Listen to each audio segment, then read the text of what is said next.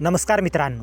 तर आज आपण महाराष्ट्र शासनाचा 5 फेब्रुवारी 2026चा एक अतिशय महत्त्वाचा शासन निर्णय पाहणार आहोत, जो खास करून विमुक्त जाती, भटक्या जमाती, इतर मागास वर्ग आणि विशेष मागास प्रवर्गातील विद्यार्थ्यांसाठी आहे.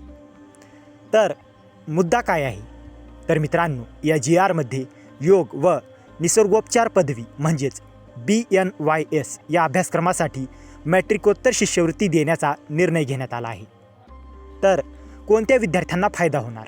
तर या शासन निर्णयानुसार विमुक्त जाती म्हणजे VJ, भटक्या जमाती म्हणजे NT, इतर मागास वर्ग म्हणजे OBC आणि विशेष मागास प्रवर्ग म्हणजे SBC या प्रवर्गातील विद्यार्थ्यांना याचा थेट फायदा होणार आहे. पण अट काय आहे? तर विद्यार्थी BNYS म्हणजे योग व निसर्गोपचार पदवी या अभ्यासक्रमात प्रवेशित असावा. तर शिष्यवृत्ती कधीपासून लागू? तर हा निर्णय शैक्षणिक वर्ष 2025-26 पासून लागू करण्यात आला आहे.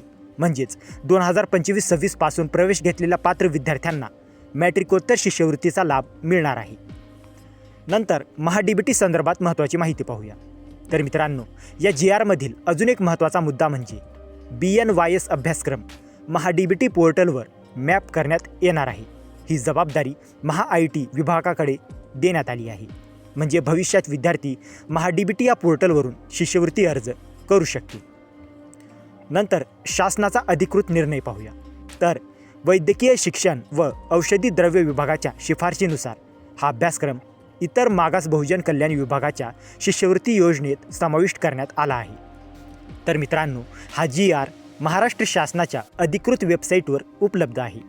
तर मित्रांनो, थोडक्यात सांगायचं झालं तर BNYS अभ्यासक्रमाला शिष्यवृत्ती मंजूर, VJ, NT, OBC, SBC विद्यार्थ्यांना लाभ, 2025-26 पासून अंमलबजावणी आणि MHA-DBT पोर्टलवर अर्ज करण्याची सुविधा.